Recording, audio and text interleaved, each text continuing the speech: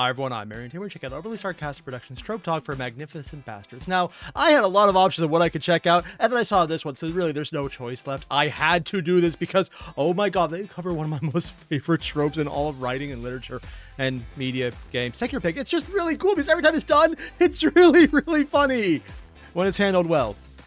When it's not, it becomes a villain you just really want to see beat him. But even then, you just have some kind of engagement. So I'm really looking forward to this regardless. More importantly, if you haven't already, there's a link below to the original video. Hit it up and let's get started. This video was sponsored by World Anvil. That's right. I was but They've a been pawn sponsored in by their them ingenious for a master lot. plan. Wow. It's weird that we make villains likable, right? Like just on a basic on-paper level. It's one thing to have an antagonist who's opposed. Is it?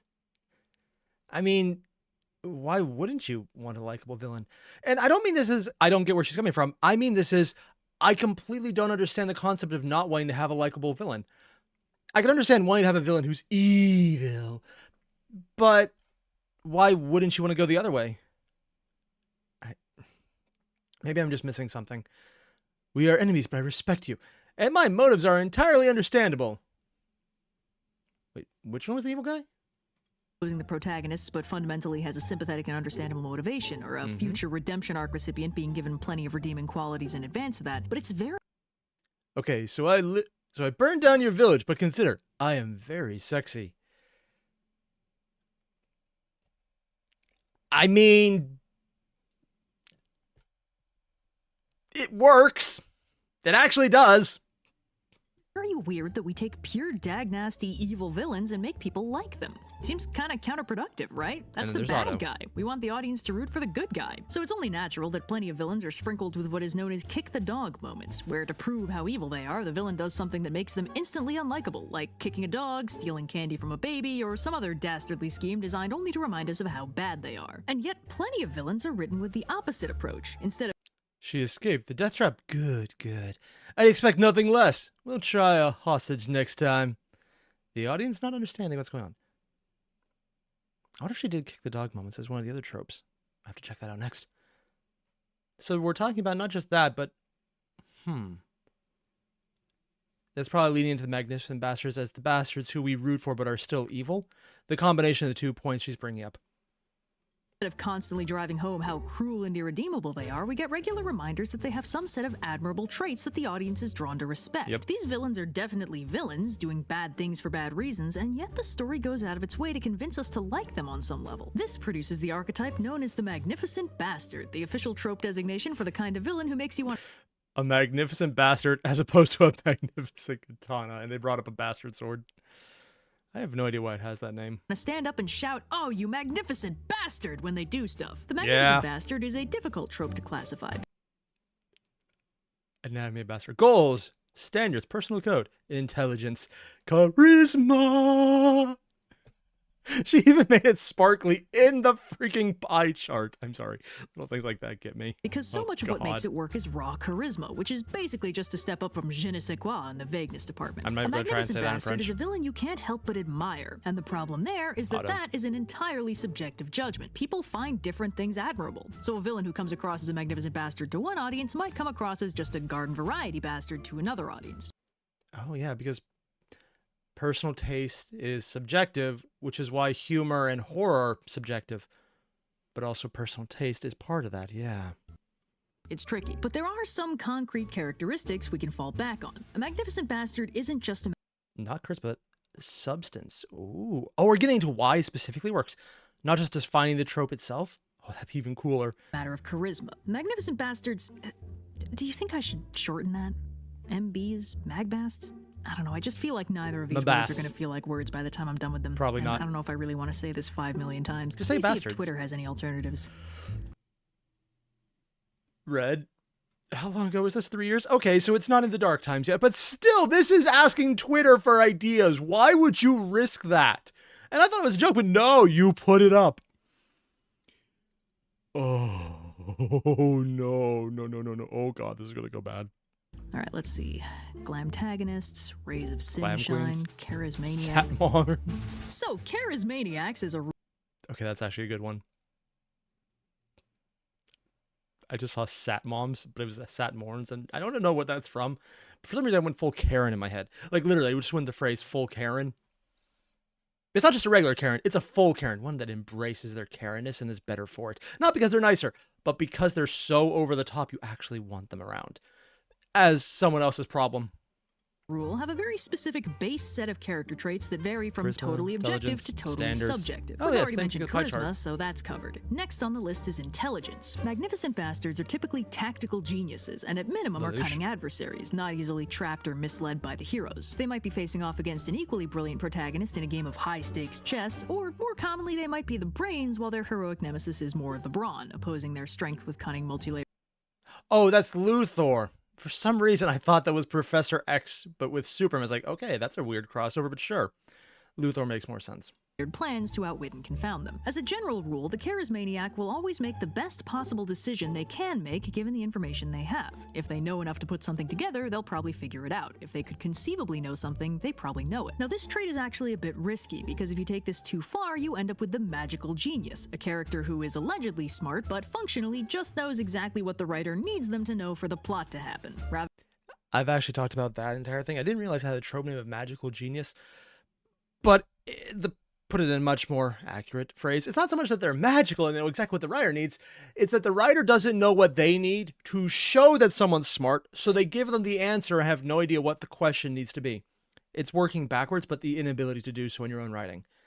It's like writing a mystery novel where the suspense is finding the clues, but you don't know how to write suspense because you don't know how the hell they got to the ending. So you just said, I solved it, and it was this person all along because I am smart. And it doesn't actually explain anything. A really good mystery, a really good, I know what's going on, an intelligent character can show the steps along the way.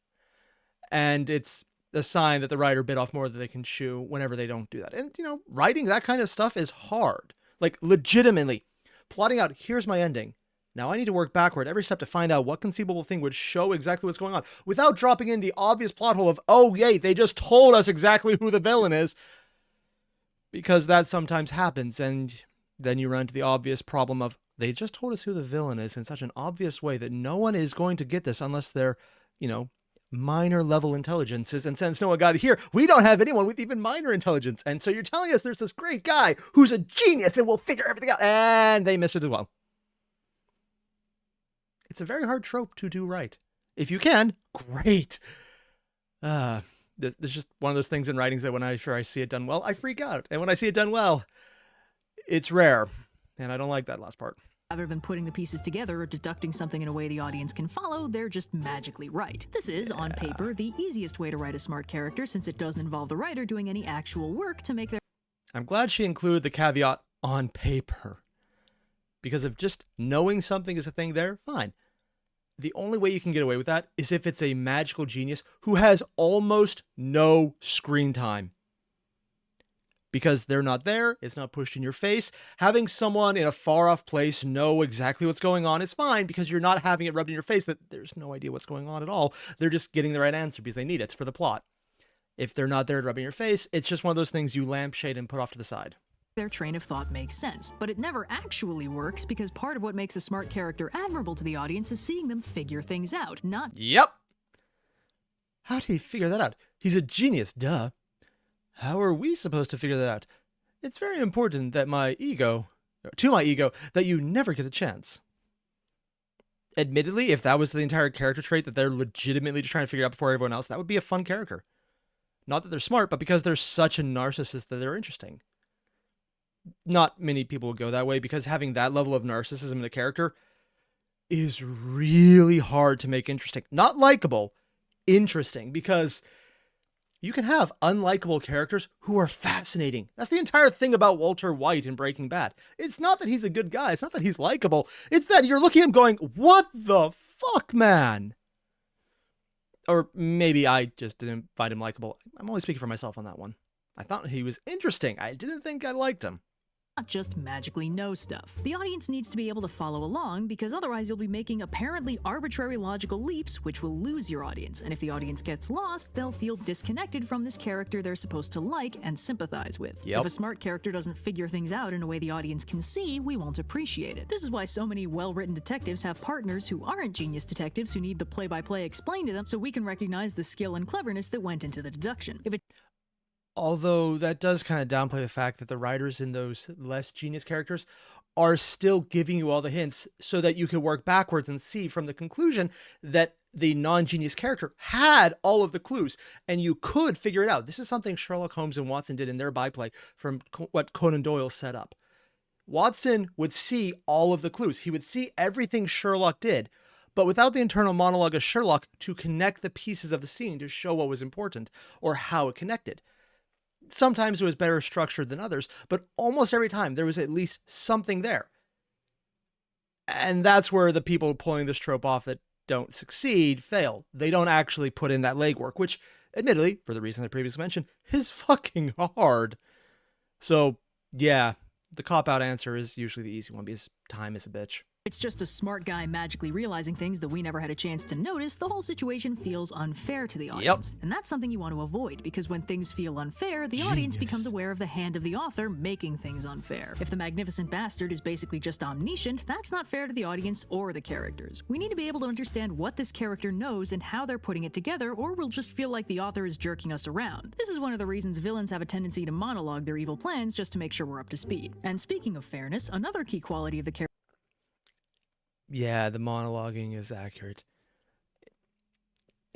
I have mixed feelings about monologues. On the one hand, they're so cringy. It's like, I am evil and now you're at my mercy. And the audience is forced to wait because I've suspended the suspense. But also increased it because I have you in my mercy. I can explain to you exactly what I'm doing so that if they didn't understand, I can make sure they do. And there's no ambiguity, so they're not going to ask, why did he do that? I'm just going to dumb it down for the audience. I guess that's the exact opposite end of the magical genius who knows everything without telling you. It's the oblivious genius who tells you everything without you needing to know it. That's easier to hide, though, just because if you have someone be so overtly arrogant that they like the grandiosity of it, it's great. But if you then focus entirely on them during that, this is more just a structure aspect here. You could do it well still if they have the overwhelming urge to just monologue.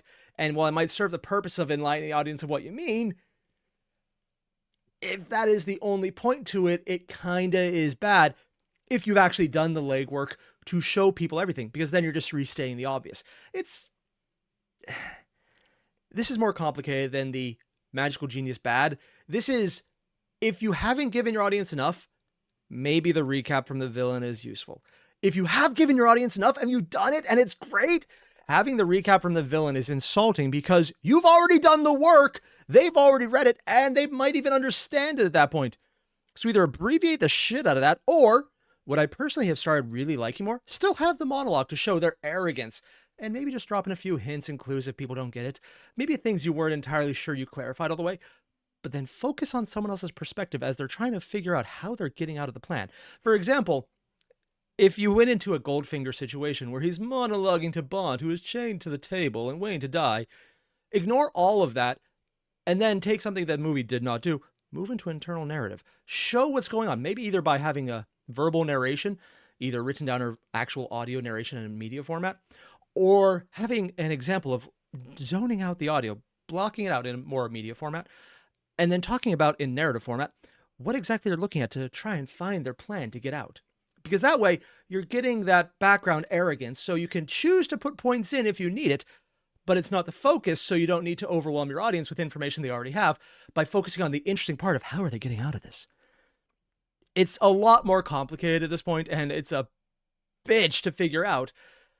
Because you have to figure out, okay, did I do good enough where I need the monologue? What am I missing? What can I still drop into the monologue as those little interesting parts while acknowledging that he's doing everything so it's not entirely useless? It's complicated. It's like an entire puzzle where you're making your own Sudoku. It's not just solving it. It's solving it, cutting it out, remembering where you put everything, forgetting the remembrance, and then trying to reposition everything from someone else's perspective to know it could still be solved. If that sounds complicated, Yeah. There's a reason a lot of people don't do that. Charismaniac is standards. Charismaniacs frequently have some kind of personal code or creed to follow. This is the most unconditionally admirable trait these characters can have. Without standards, anything goes. The plot basically turns into a brawl. But if your character is a genius master manipulator with standards, that gives us rules, and the whole situation resolves into something more like a game. The most sympathetic charismaniacs do treat their villainous schemes as games, and tend to react pretty well to losing because it was fair. This basic concept of fairness and fair play elevates the charismaniac above many of their evil peers and automatically makes us like and respect them more. The counterpoint to that would be the charismaniac who turns out to just be a maniac. And yes, I am thinking the Great Mouse Detective. Yeah, that's where I went on that one. Where the villain is smooth and suave and sophisticated and a rat. I'm not going to say more than on the off chance I'm spoiling the nearly 30 to 40-year-old movie. I hate every word I just said. But if you haven't, check it out. It's good. It's just really good. They're not interested in winning at all costs. They have rules and some sort of personal honor code that they adhere to. Now, while broadly unconditionally admirable, this trait is not actually 100% necessary for a charismaniac. Classic diehard villain Hans Gruber is an iconic charismaniac, and his personal standards are actually quite low. The only code he seems particularly interested in is the dress code. But he almost makes up for it through his combo very brilliant plan and extremely good performance by Alan Rickman. He's pretty... I actually had no idea this was the same guy who played Snape for the longest time. The beard just threw me off completely. Also, probably about 20 years difference. Sneaky and dishonorable, but honestly that just makes him seem smarter, and that makes up the difference, so we end up admiring him more. He's very good, and we as an audience can admire extreme competence just as much as we could admire personal standards. Now, what actually seems to be the rule here is that the lower the standards of the charismaniac, the more driven they have to be towards accomplishing their overarching goal. Because most charismaniacs have a goal, but they don't all want them that badly. In fact, you know, that's actually kind of interesting. I don't disagree with the things she said. I just never really put this part together. That the attachment to the goal versus standards as two ways that they're completely inverse. Huh. Because then they're just a flat-out villain if they variation on that. Or if they have a variation on that. Oh. Well, that's actually really cool. I think we can actually subdivide here into two categories, goal-driven and code-driven. If a charismaniac cares more about their endgame than their principles, we get a Type 1, a little heavier on the bastard than the magnificence. If they care more about their personal standards than any individual victory, we get a Type 2, usually... I'm wondering if this would also lead into a subtrope of breaking the magnificent bastard, where a goal-driven is learning standards, and a code-driven has to break the code to get a goal. At that point, though, you're almost looking at an antagonist, or sorry, an anti-hero as opposed to anything else. Anti-villain? I'm pretty sure that's a trope.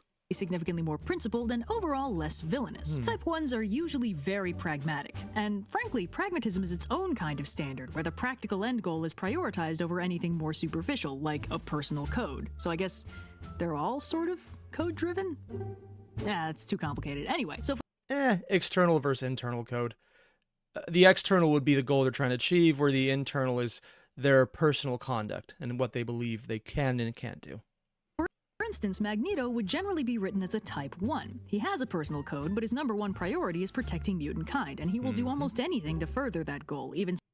I mean, normally, sometimes, occasionally, not so much recently. Oh, I just realized what that's a picture of.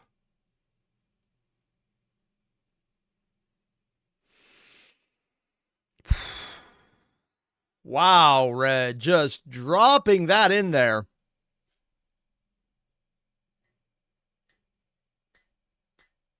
Talking about a code and being a villain driven to do anything. I'm assuming this is done in the 90s or the 80s, because if it came out any after that, what the fuck, man?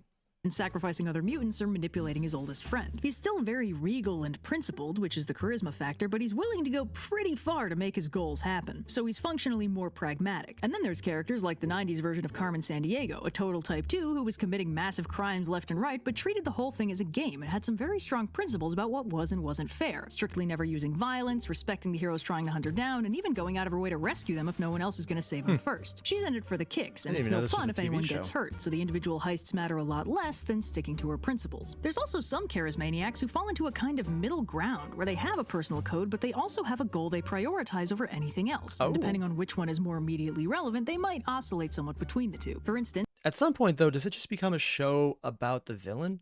Oh, yeah, that's basically Code Geass. Miranda Priestley from The Devil Wears Prada is a fairly unique magnificent bastard who prioritizes her career and her fashion magazine over any of her personal relationships and even the careers of her closest friends, which... Okay, I'm just going to be completely honest. I have seen this because I have family members who are obsessed with this movie, so I've seen it multiple times. I don't remember any of this. And I don't mean just the trope she's talking about, the movie. I don't remember the movie at all. I've seen it multiple times. Nothing.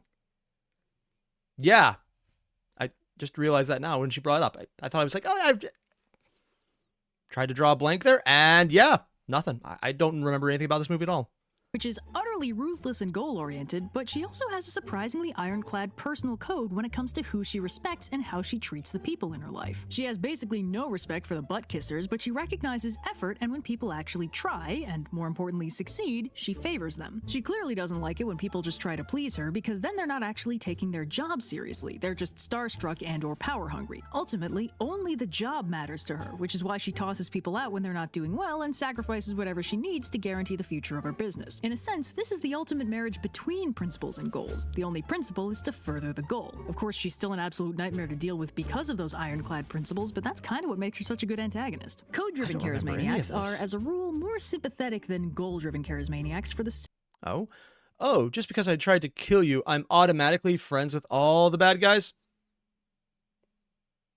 I mean, that is Rogue's Gallery logic, so that... yeah. Simple reason that they're more likely to side with the good guys on a case-by-case basis. A goal-driven... Pokemon. This is the Pokemon Village, Jesse and James.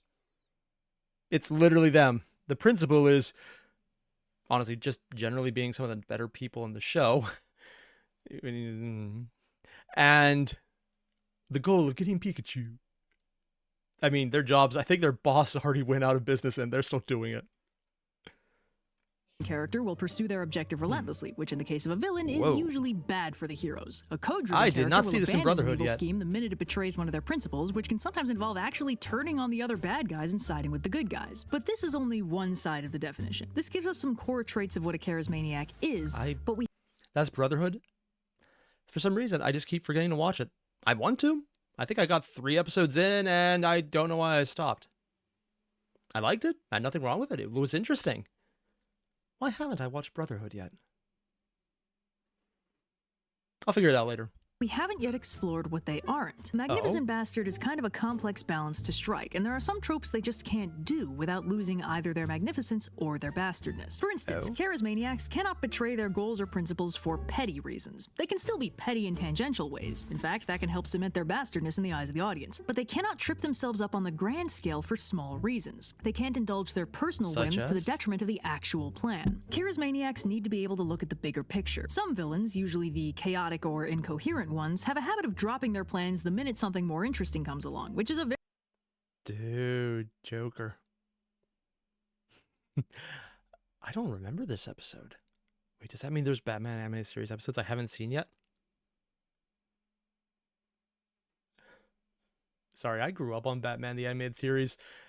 I think it's one of the best things ever.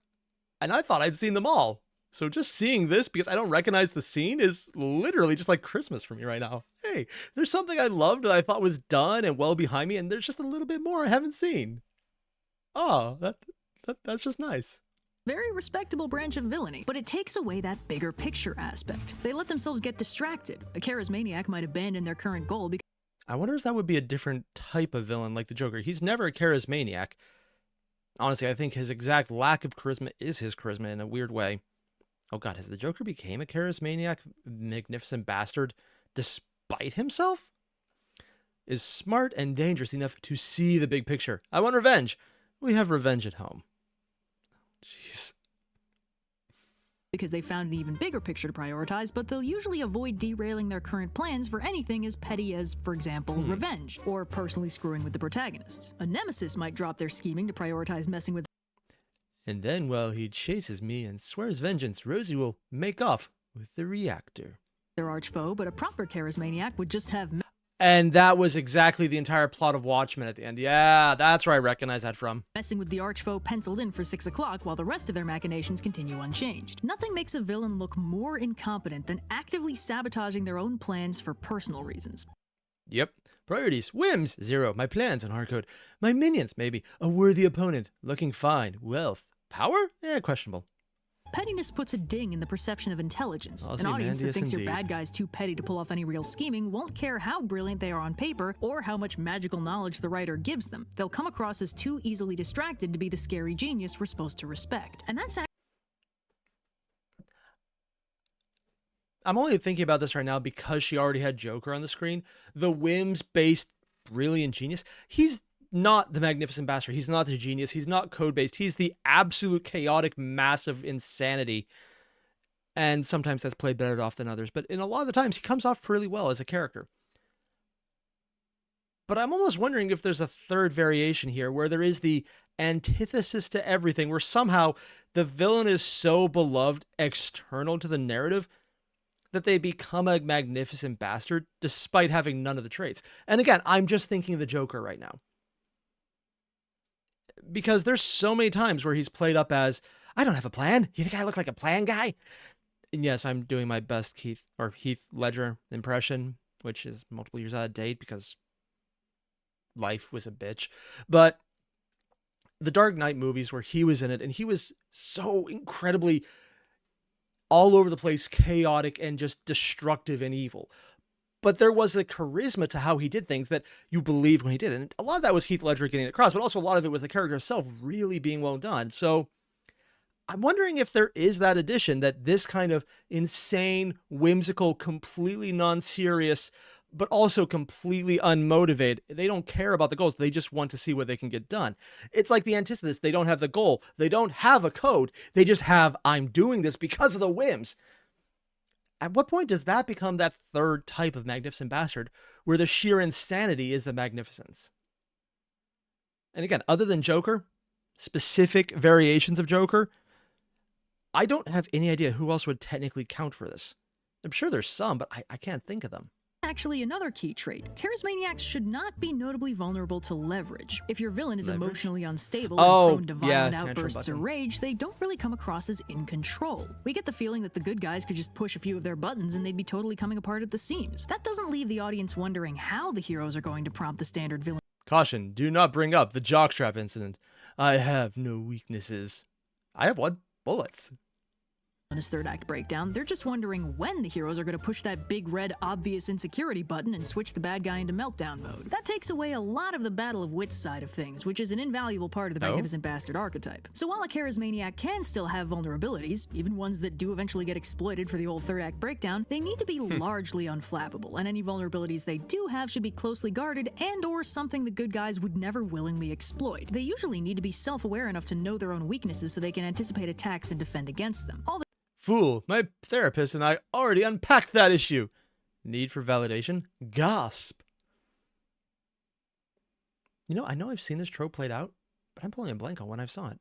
Plays into making this character seem very clever and very difficult to oppose. Key factors of the magnificent bastard. If they're easy to take down, they're not that magnificent. But on the flip side, they can't be totally indestructible. If the villain is functionally omnipotent and or omniscient, that scuttles the whole fairness aspect of the conflict and destroys the battle of wits element from the other side of things, since the heroes cannot beat a villain who is written to be unbeatable. In order to... Yeah, I mean, the only time that would ever work is if when you have a full-on anti-villain where they're not really the villain. The only time I could ever have that work out is literally just World of Darkness with Kane. His stat line in this game that you can play, and in all narratives involving him, was, you lose. That's it. Legitimate, word of God, unbeatable. But the interesting about him is he's actually written as a pretty chill dude in most of the interpretations depicting him. And that's the crazy part. He's not the villain, but he is the biggest threat out there on paper. And I mean that both in the metaphorical and literal sense, considering his stat line was, I win, or sorry, you lose. Yeah. To sell us on the actual conflict, the heroes need to have a chance, even if it's just a slim one. The villain might initially appear unbeatable, but that means the heroes need to find their weaknesses, and it's not fun if the villain just doesn't have any. Those villains suffer from the same problem as the magical genius archetype. The audience knows the writer's just giving them whatever they need to win. Probably my ultimate example of a really well-done Magnificent Bastard is... Of course, this guy. He was right on the thumbnail. I should have assumed he... Actually, he was on the thumbnail. How come it took her so long to get to the guy out of Gargoyles? I have never been able to check out that show because every time I saw it, it was in different seasons, so I had no idea what the overarching plot was. And that still bugs me. But even I know about this guy and how crazy he got.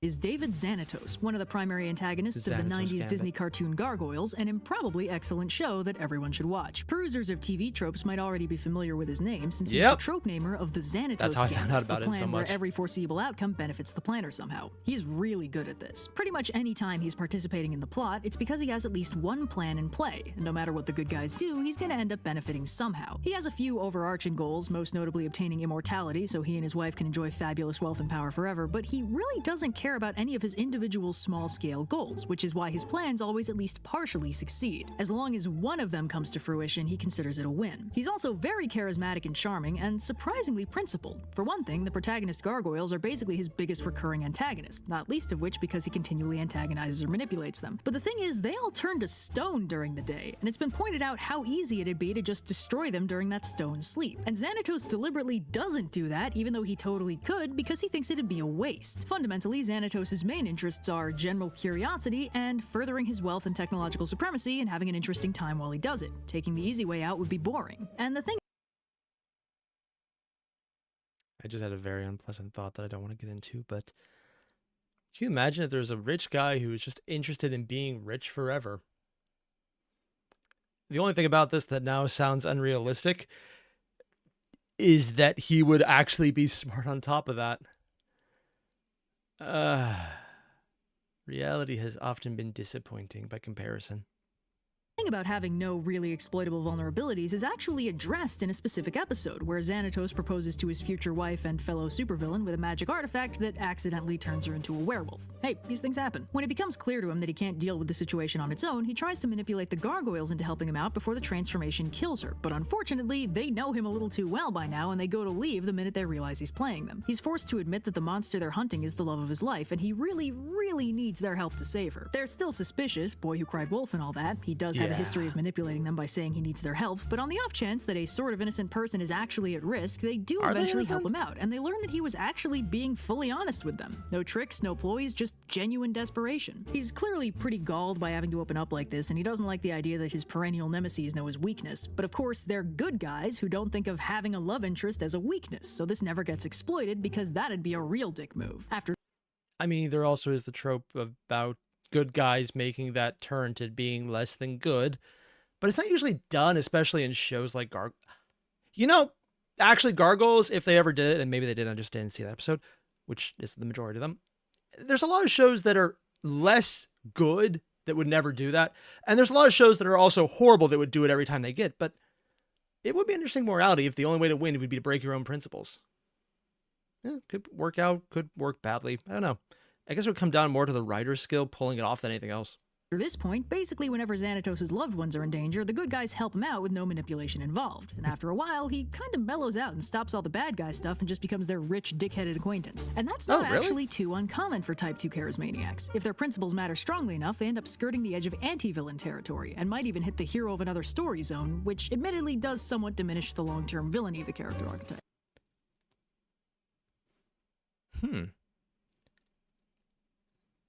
So he actually did become less of a villain?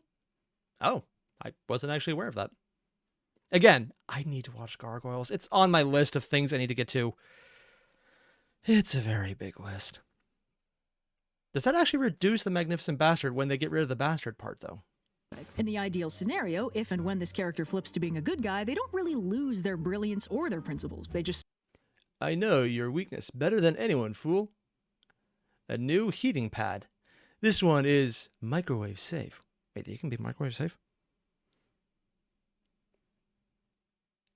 Didn't actually know it was a thing. It's been a problem before, and I made mistakes, and things need to be cleaned up. But that's not important right now. swap their goals to somewhat more heroic ones and become a terrifyingly effective threat to the bad guys on par with the threat they used to pose to the good guys. And is usually then followed by death flags, everybody's favorite very active trope in every form of media, where death is actually a possibility for characters. That last part is very important. In fact, it's pretty obvious that Magnificent Bastards aren't always villains, because in most well-written versions of his character, Batman is kind of a Magnificent Bastard. He's got all the key elements: intelligent, charismatic, fiercely principled and goal-oriented, while not allowing personal vulnerabilities or petty ideas to distract him from his crusade. Heroes and villains alike are intimidated and frustrated by his scheming and occasionally manipulative tendencies, and he's a living nightmare for the villains he matches wits with. He's a full-on Type 2 charismaniac, prioritizing his principles over everything else. His no-killing policy is ironclad, and he's clearly uncomfortable with the near-omnipotence of the Justice League, refusing to properly join and routinely calling the others out on getting a little too... Wait, he didn't properly join? I thought I had seen most of those episodes. I missed that one. Oh. cozy with having a big space cannon on their flying base. Heroic charismaniacs are comparatively rare, but they are loads of fun when they're done right. All the coolness factor of a standard charismaniac, plus you can actively root for them without feeling morally dubious. But plenty of Magnificent Bastards stay villains right to the end, and in those cases, it's not uncommon for them to have a classic third act breakdown where their magnificence is tarnished somewhat as the heroes manage to genuinely get under their skin somehow. Some Magnificent Bastards are magnificent right down to their bones and take defeat with dignity, but others are... I mentioned the mouse detective earlier. Yeah. Although I think he was playing at someone obviously faking the Magnificent Bastard as opposed to being it. But, it's a minor detail. The act breakdown does match. This means nothing to me. My power is absolute. Oh, not bad. Are a little more insecure in their magnificence and might start to crack when one of their vulnerabilities is located. The third act breakdown is an integral part of the villain's defeat, where the heroes take an emotional victory alongside a literal one. If a Magnificent Bastard finally cracks, we get to appreciate the magnitude of the events that cracked them, since in most proper cases, we don't really see them properly flustered before the grand finale. And if they don't have a third act breakdown and instead take their defeat in stride, they reaffirm their magnificence by denying the audience and the heroes that catharsis. I actually could think of, that's basically Moriarty. It's entirely, well, it's some variations of Moriarty. There's been enough now where he has the breakdown and the rage out, but then there's these where it's more almost canon Moriarty, where it's like, oh, I've lost this one. I don't like that. Next time. Factor. Their defeat is incomplete because their character is preserved, so this is fairly common with recurring bad guys who don't want to lose their punch on the first defeat. A third act breakdown isn't always quick either. Some charismaniacs get thrown off their game by an unexpected development and begin a slow slide into the breakdown zone, gradually getting more and more tilted before losing it entirely. Hey! Okay, yeah! The Mouse Detective, Rattigan. This is fairly common with classic Disney villains specifically, who almost always start out suave and charismatic, pulling the strings on the plot before something happens to surprise them. And once they're officially off their game, their defeat is only a matter of time. Magnificent Bastards, as a rule, are only as successful as they are confident. If they see... Oh. Just as planned. Within expected parameters. Danger zone. Oh, shit! Sorry, catastrophic failure. It's the same thing. Fine, it's because the heroes are playing right into their hands, no matter how well it looks like they might be doing. But if the villain looks actually shocked or angry or otherwise uncharacteristically emotional, that usually means we're outside the planning zone, and they have... I can think of only one counter to this trope that I've seen in fiction so far, where there's a Magnificent Bastard who has the answer for everything and is horrible and evil, but has principles. But they're willing to destroy those principles to get that they want, because the goal is the most important thing. And they build up. They have that breakdown where they're torn apart and they failed. And then they have the catastrophic failure, but they manage to then maintain the Magnificent Bastard through the failure. I'm going to show a little bit of my geekiness on this one, which I'm sure is a shock to anyone here at this point. Honkai Impact 3rd's Auto Apocalypse. One, yeah, the name is so on the nose. He is a, let's go with villain, who is a Magnificent Bastard who did all of these things and was unflappable. And you get to the final beating of him, and one of the last things you see is the cutscenes of him being dragged apart, torn apart, and he wins by being the Magnificent Bastard, but he does lose. There isn't any confidence at the end. It's literally, given everything, I've done everything, it's all over, and you just start his ending slide, seeing him look worn out and tired and broken, and knowing that he's being confronted by the fact that all his confidence was empty because he had failed a lot. before finally regaining a little bit of that magnificent bastards right at the end to just jerk it back from the point of defeat. And his entire character arc was just amazing, and it fit this entire trope. The only difference is he played into the third act breakdown, but only a little bit. I guess it's not so much that he comes back from the breakdown as that he flirts with the breakdown as closer to what happened. It still probably falls more in the first one than the second one, but I wonder how long or how often you can mix and match these. To start improvising. Some villains are actually pretty good at improvisation, but the ones with more ironclad plans tend to crack the minute they get even slightly outsmarted. But that's actually part of the delicate balance of writing a magnificent bastard. Oh, tricky balance. Throwing characters curveballs rarely so they don't become the new normal and still surprise the audience. Because if you expect something unexpected every episode, then you run into the issue where you don't have the audience trust you anymore. And the last video I checked out was showing how Sherlock, people didn't even believe the series was still a real scene, and it was a horrible finale because it was bad. Yeah. We need to see them established and consistent before we start throwing in surprises like unexpected nobility or emotional instability. And if we throw those curveballs too often, they start being what we expect from a character. If your charismaniac is constantly getting tilted and thrown off their game by the heroes, that really diminishes their magnificence. But if the heroes only manage that very infrequently, it reinforces the idea that this is an actual struggle. And on the flip side, if your charismaniac is constantly doing surprisingly heroic or noble things because of their personal code or whatever, they also slip out of the magnificent bastard zone because at that point they're basically just a secondary protagonist who occasionally does schemes on the side. It's all. I suppose our goals have aligned for the third time this month. And the guy just is like, nope, not dealing with this. At this point, this is basically just the extra ranger, or is it the sixth ranger is the trope name? All about balancing the magnificence with the bastardness. The audience needs to be sold on both. And like any character archetype, admittedly, having a villain who's failing at villain would be funny, but I think that's more of a joke role as opposed to a real role. Probably more in the setting itself and the tone. Hardest part, making them cool and charismatic without looking like you're trying way too hard. And that is always the hard part, because the more you look like you're trying to be cool, you always fail. Built on charisma and coolness factor, if the character doesn't sell the charisma, the whole concept falls flat. This is the biggest hurdle with a magnificent bastard. If they don't actually come across as magnificent, the audience instead sees the writer waving around their favorite character going, ooh, look, aren't they so cool? Look at all the nice suits I put them in. See, they're monologuing in like a creepy yet classy way. Oh, they're just so cool. And there is nothing less cool than someone trying desperately to convince you that they are cool. And that is a trope in itself, and if the author is aware of that, like Radigan, for example, was trying to be cool. She brought him up earlier, so, I mean, hell, I brought him up plenty of times. He was someone who was trying to be cool and be the magnificent bastard, but he really wasn't at the end. But that was also his entire character, so it was perfectly done because he intentionally failed at that. Yeah, it works, but I think a lot of it does come down to, are you doing it intentionally or accidentally? If it's intentional, nice.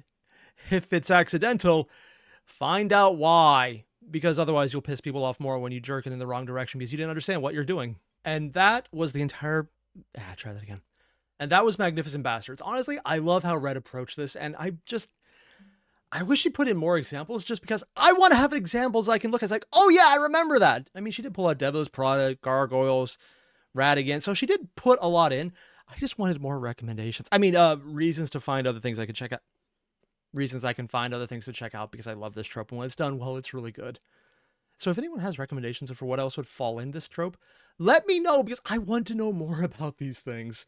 I love seeing this as an entire thing. But the big question for me is the part she didn't get to. Is there a subtrope of characters who defy her characterization, who defy the categorization, that they don't have principles, they don't have an overarching goal. They are the Joker character, where it's so much charisma that it almost feels like a magnificent bastard when their plan works, because they're unflappable, because they are so insane, so crazy, that the breakdown is their normal state of being. Or, well, having been broken down and going crazy and insane, well, not really being attached, just wanting the violence and the evil and the horrible. It's just like a flat-out evil who's so charismatic on top of being evil that they fall into that Joker aesthetic. Is that something you would consider that? Or is that a different trope that I'm just not aware of, but I recognize? I don't know. And if there is one like that, let me know the name of it, because I want to check that out next. Either way, though, I love this. I knew I would like it going in because this is such a really cool way to play it. And I just want to see more of it. both Reds talk about tropes, as well as just the various places it's been used. Because if someone can do it well, it's usually a well-done story. So I just want more. Yeah, basically, I'm looking for recommendations of things to do on my free time. Thank you. Either way, you guys know the deal. Link below video. Hit it up. I'll see you in the next one. Adios.